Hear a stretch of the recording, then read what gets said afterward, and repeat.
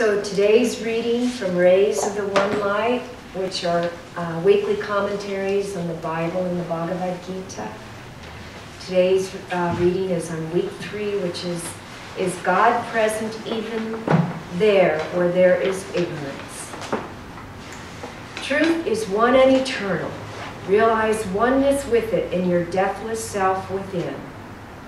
The following commentary is based on the teachings of Paramahansa Yogananda. The Gospel of St. John, chapter 1, makes a reference to the divine light that is obscure to the rational faculty, but that enlightens our inner nature.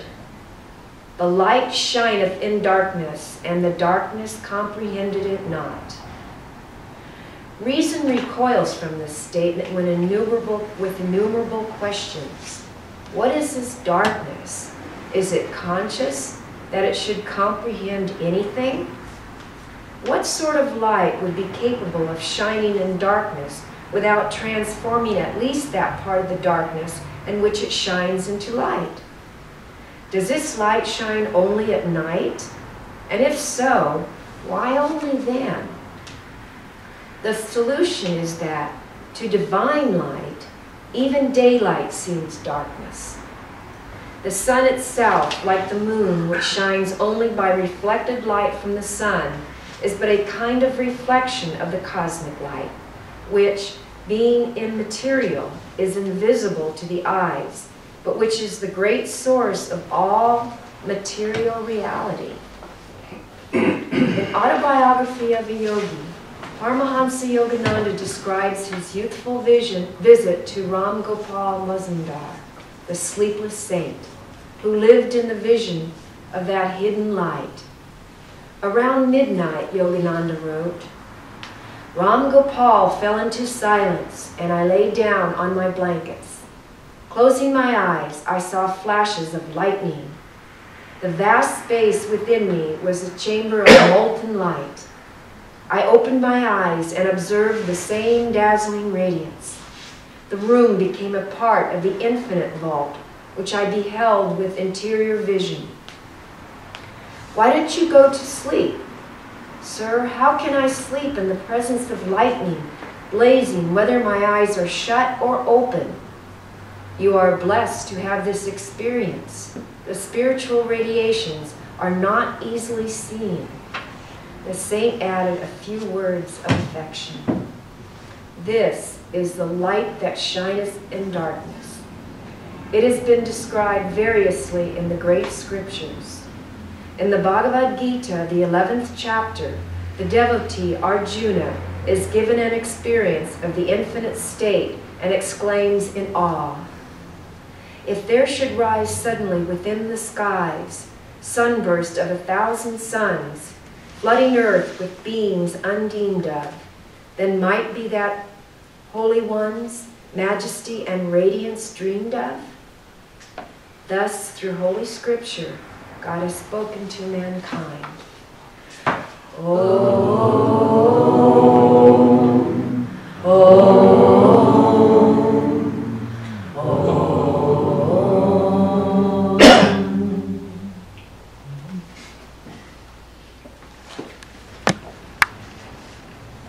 Good morning. Good morning. My name is Ramani, and I'm fairly new here, so I may not know all of you, but I want to. And this is Rose, and we're twins today. This reading is a wonderful reading that Rose just read, and so I'm hoping I have my glasses. It's hard to find glasses when you don't have them on. I have a reading from Whispers that I was looking for one that felt right to go with this, and I found this one, and I loved it, and I started to chop it up because it's long. And I started to think, well, I can't take that long, and so this morning I was busily trying to find something short. And then I thought, no, bear with me, but it's Master's words, and it's a delightful poem called I Am Here. and he seemed to want to have the whole thing read today. Alone I roamed by the ocean's shore and watched the restless waves in brawling roar, bounding with thine own restless life. I saw thee in thy angry mood, tossing and foaming until the very vastness of thy wrath made me shiver and turn away in dread from so much violence and strife. And then I walked inland. A kindly spreading sentinel tree waved friendly arms to comfort me, consoling me with gentler look sublime. Its leaves and branches swayed in tender lullaby rhyme, conveying a message that I knew was thine. Above me high, I saw the gaugeless mystic sky, and childlike, in dim valleys, I sought to pry out thy secrets and to play with thee. In vain, alas, did I seek thee hiding there, cloud-robed, foam-sprayed, leaf-garlanded, too elusive for mortal eyes to see or ears to hear. And yet, I knew that thou wert always near, as if playing hide and seek with me, receding each time when I almost touched thee. I groped for thee in the maddeningly complex folds of dark ignorance, as old as time itself is old. At last, I ceased my search, almost in despair. What hope had I of finding thee, thou royal sly eluder? Thou art, I know, everywhere, yet thou seemest nowhere, lost in unplumbed space, where none may clasp thee or behold thy face.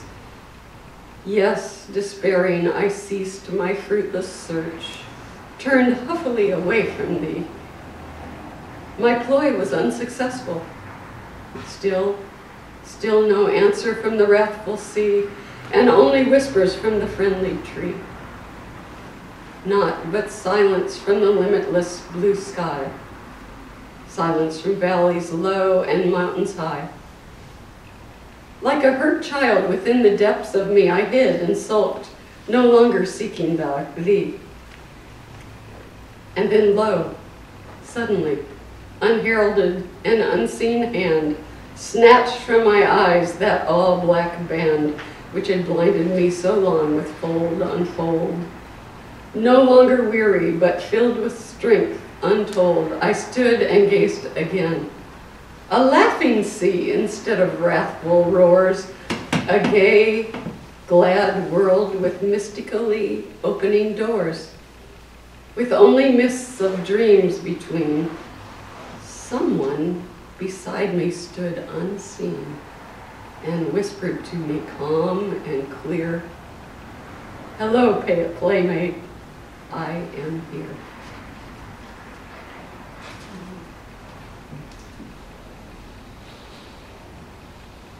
So some of this, well, I'm going to follow right up with from Promise of Eternity, but it's almost like the darkness in the cast. Okay, I'm going to just say that.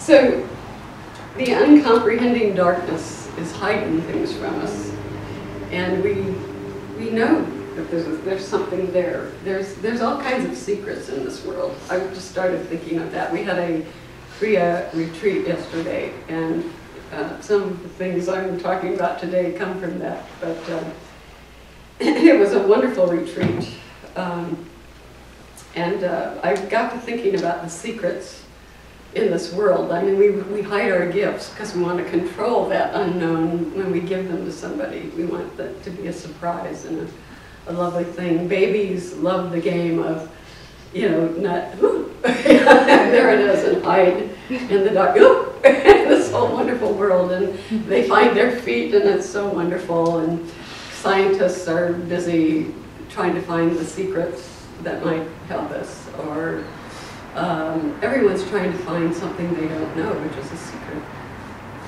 and it's as well closed in the darkness. Later, the readings in Rays talk about the mirror is obscured with rust, and the fetus comes in closed in the womb. And so there are these things that regulate how fast we get to know something. And there are also the things that come to us that help us find it a little faster. And I also brought the Festival of Light thing because somewhere, and we were like the little child that we just read about in Whispers, we were looking at all of these things in life and so excited by them, and they're wonderful and it's fun, but something told us there was something else, just like that little child. There's something else to it, and we began to wonder what that was, and we may have asked. I can remember a time after I had my first child, and I was trying to do some art, and it was just like impossible. And I just remember being in other frustrations of when you have a child, a lot of times it's a good training in finding qualities in yourself that you didn't know you had, and both good and bad. But I remember I wasn't going to church, I wasn't formally praying to God, but I remember just bursting out with a poem that I don't exactly remember, but to ask that things be revealed out of the sands, out of everything. Reveal to me what I need to know that will help me. And all of us must have done something, at least in our consciousness somewhere, and we're here today. And I just wanted to read, just at the beginning, you'll hear it again in just a few minutes, the Festival of Light. But the masters hear us when we talk like that, when we finally, no longer is the game of hide and seek keeping us from knowing that there's something else. And they hear us when we really give our hearts to it, to that request, and then they send us something. And in this beautiful festival that Swami wrote, "O waves that we are in the bosom of the infinite sea, joyfully together let us celebrate our own greater reality. For now, by God's grace, our redemption is at hand. The divine light, returning anew to earth, has given us power, as the Holy Bible proclaims, to become the sons of God. Into our hands have been delivered the sacred keys of awakening. Abundant now is our hope." So we are being given the sacred keys of awakening, especially the path of Kriya, which we begin with Hong Sa and energization, and it begins to wake us up and help us understand the path to that greater reality. In the longer writing for the Rays, I probably should. Swami writes, "To know God is every great scripture declares the true goal of life. Our problem lies not in that goal's distance, but in its very closeness to us. We ourselves are that goal." And so the hiding that we see outside, all the things obscured or the just hints of things, and they're delightful.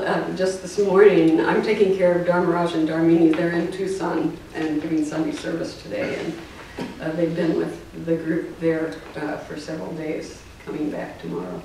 But so I'm taking care of the cats, and I have different things I have to do for the cats. But I just went in and I thought, often I'll burst in the door and I'm supposed to give one the medicine and keep the other one from eating the other one's food. And I mean, what kind of PR is this for me? I thought I better play with them. So I got out one of their little toys, and I was doing this, and cats. And so I just really was determined, and all of a sudden I just shoved this little toy under the covers of the bed. Well, I had been trying to get their attention, so I was really wild with this thing, and they were, of course, like that. As soon as it went under the covers, I relaxed a little bit, and these cats became their true selves. You know, I was bringing this thing around under the covers, and they were pouncing on it and playing, and we had a good time. And so I think I'm redeemed a little bit in their eyes. But so this is true. I think as we get these keys of awakening. We've asked for them, we've gone through all the hidden messages in the Word, not all of them, but some, and we've had enough, and we want to know something deeper. As we go deeper and we get to know this self, there's a relaxation that can happen, and also a depth that can help others at that depth to relax. It's amazing sometimes to watch that. There's a calmness, and also there's another way to look at this hiding of things, of ourselves, the true selves. When I was in India with Dhyana, we decided to go to have an Agastya reading. And the Agastya and Bhrigu, I don't know if all of you know of them, but they were sages that lived in a higher age than this, and where time was, the mysteries of time were being unraveled. There are different ages of awakening, and these keys of awakening help us through all of this in our own progression. But also there are ages that go along in history with this, the masters say. So these sages were able to see the vicissitudes of time, past, future. They were more in the center of this, and they could predict what was going to happen. And so they wrote reams and reams and reams about, Swami had many readings when he was younger, 3 I think, from Bhrigu. He had to seek them out in India, but they told him things that were true about him that he hadn't said a word about, and also a few things that he didn't know. He went home and checked with his mom, and it was true. And so it kind of befuddles the mind. So Dhyana and I went to this, and it's very unusual to be listening to somebody, you haven't talked to them at all, and they start telling you things about your life that how would they know? And so just cutting short from that, you begin to wonder about free will. You know, if that was able to be seen, then what about our free will? That we're in. Swami pretty much has said that we have the free will to turn towards God, turn towards the light, turn inside to our true selves, or not. And sometimes, not that we won't get the chance again, because the truth is that we will all get there. But we may choose to take a little longer or not, as it goes. Gyanamata, a great disciple of Master, she was amazing. It's really nice to read her book. I think it's probably over there. But Gyanamata said when a great karma was coming towards her, and she knew that she had to face this. And you know, a lot of us, when we see a big karma coming towards us, would rather, you know, just, you know, but she saw it coming, and what she said was, change no circumstance about my life, change me. And so we must have said that at some time when we, and so we grab these keys of awakening at wherever we feel comfortable with that, because God is not going to just cram something through us. And we began to work with them and try to understand. And then as the more we do it, we begin to get rewards of seeing some light, like Master saw from what was his name, Musambar, the saint, yes, Rangapal Musambar. He saw, he had the gift of seeing the light, and the saint told him that is a gift, and that is true. And we began to see, even just in our lives, something that, if it's not light that we see inside, we feel it. And that's just as valid light. The chakra elements actually become lighter and lighter as they come up until you actually come to the light, and we're the point of enlightenment. But it starts with soil and rock, and you know, so the representations of them become lighter and lighter in the way of a balloon lifting. So that's just as, it's valid too in the term of light. So when we have these experiences, I was saying at the Kriya retreat that we had the other day, I found myself just, I think it was Monday, I decided that I would quick, for 72 hours, go up to Palo Alto, where I came from, and see my daughter. My son was coming for a day in Oakland, and I'd have a day there, and then I'd go to Palo Alto and see some friends and get my back, which has been bothering me from this person I know, fixed, and then I'd roar back here. And, but that meant I had to leave in the dark of night, it seemed, at 6 in the morning from here. No later than that, or the traffic's bad, I hear. And the freeway system has, I mean, driving down here was one reason I thought of not coming when I was asked to come. And so somehow I was supposed to find in the dark my way down Highland, get onto 101, and then, but you have to be in the certain lanes to be able to do that, and then get onto the Hollywood Freeway, and you have to be in the lane to do that, and then finally get on 5, and finally if I was on 5 I knew kind of what to do.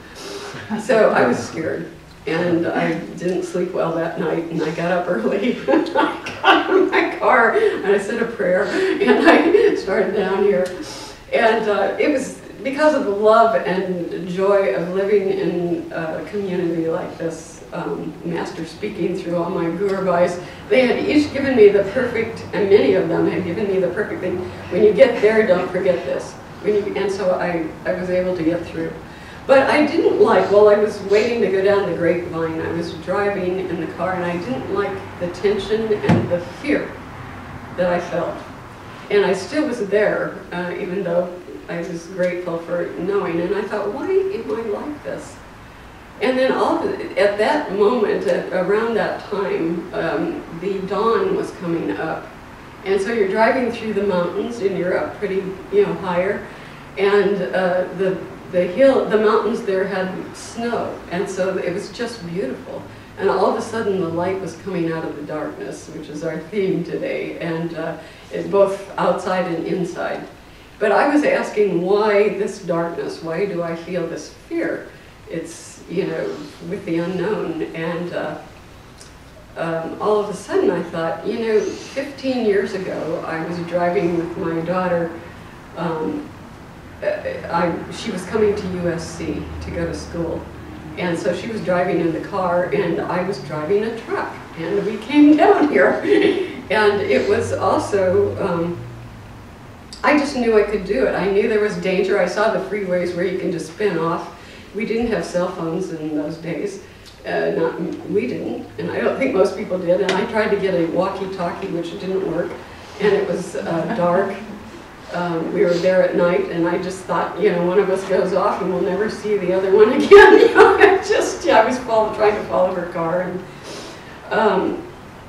but I knew I could do it. There was a different feeling than what I had just going through, whatever it was, because something had happened in the year leading into that, and that was that my husband, her father, had died after a long illness, and she really didn't want to be going to college. She didn't want to follow on with her goals. And I wanted her to be able to continue with her life, to find that verve that helps us continue with that.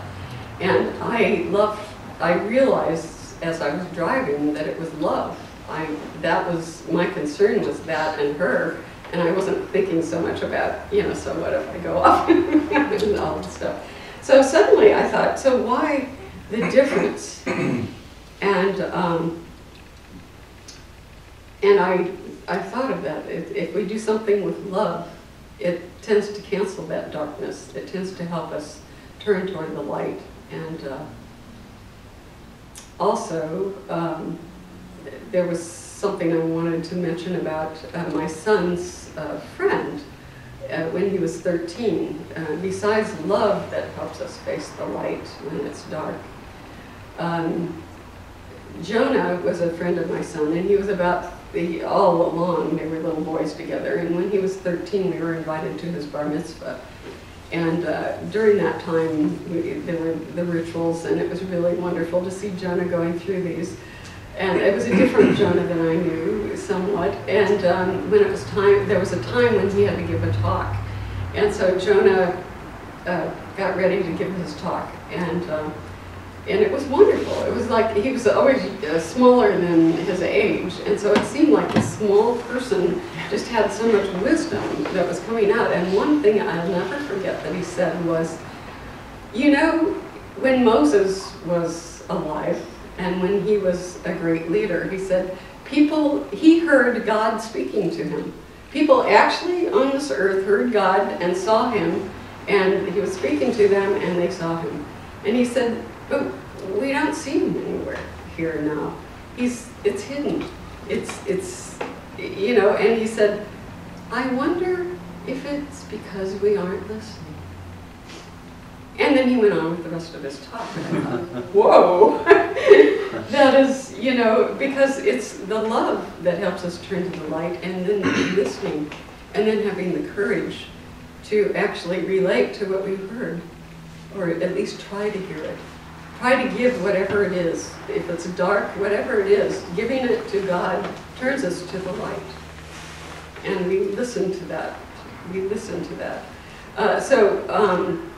While I was on this scary journey, I suddenly, having come to terms with that and feeling better and watching this beautiful dawn, I suddenly remembered Swamiji. Why this just flipped into my mind at the time, I don't know, but I remember that when I was in India, this is what I was remembering, it just came in.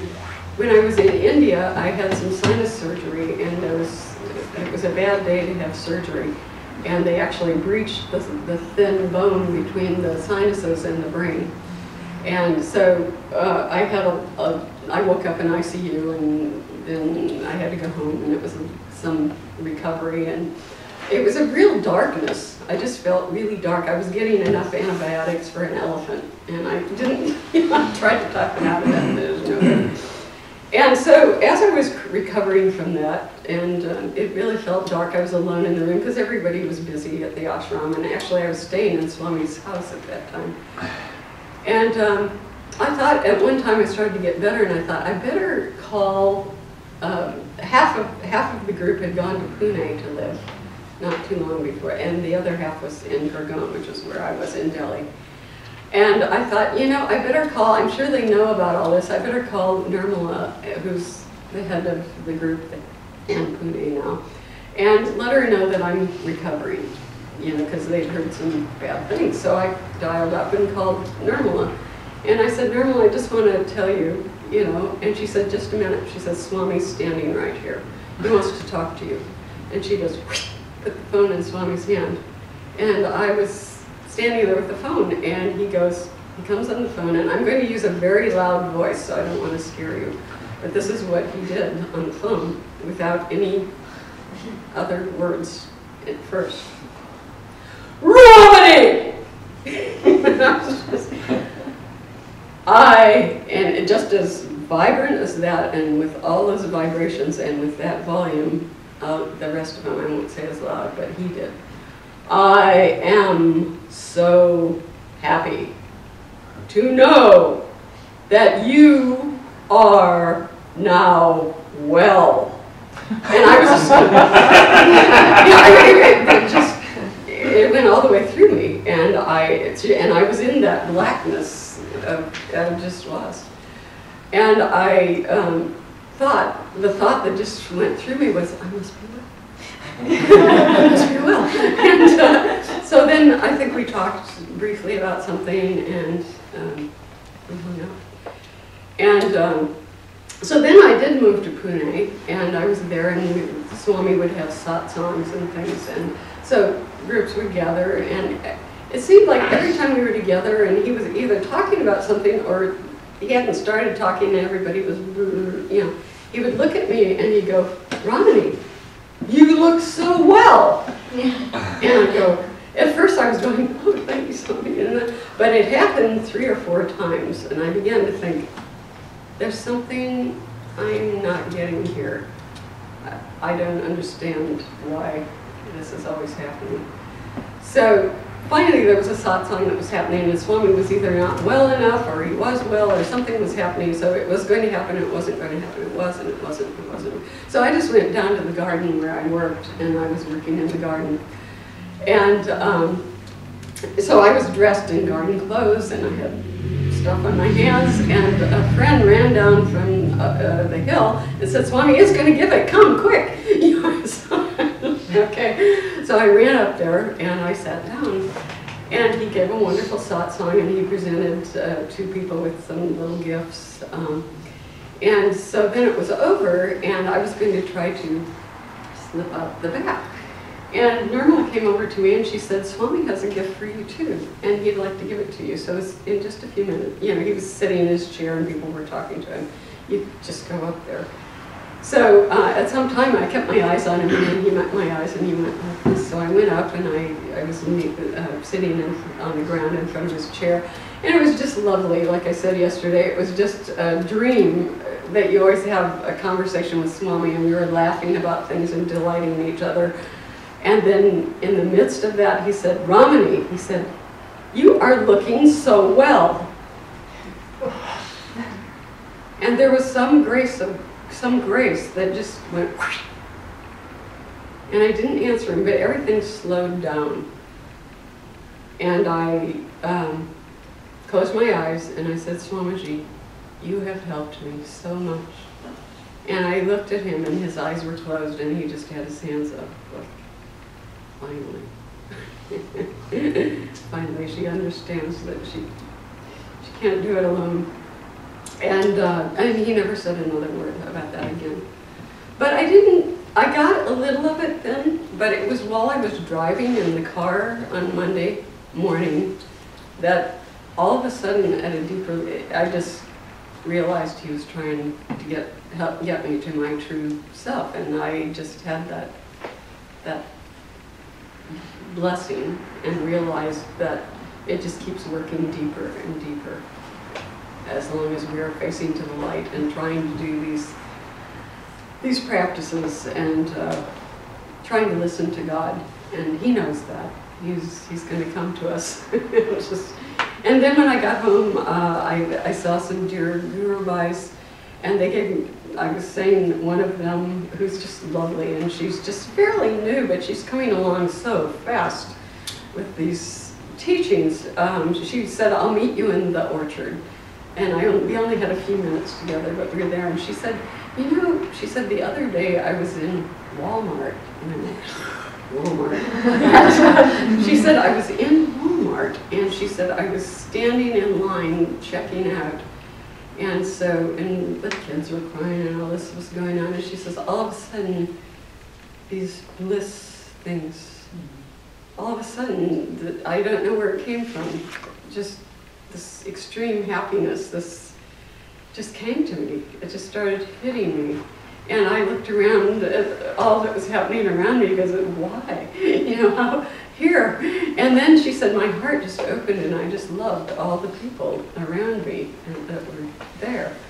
And, you know, it happens. Another good friend there, Nishkama Lane, said when he was up at the retreat trying to have, at Ananda, the old retreat, and he went for a hike like he always does when he's in seclusion. He was having seclusion, he was asking God to come to him, but anyway, he was on a little hike and he fell over a cliff.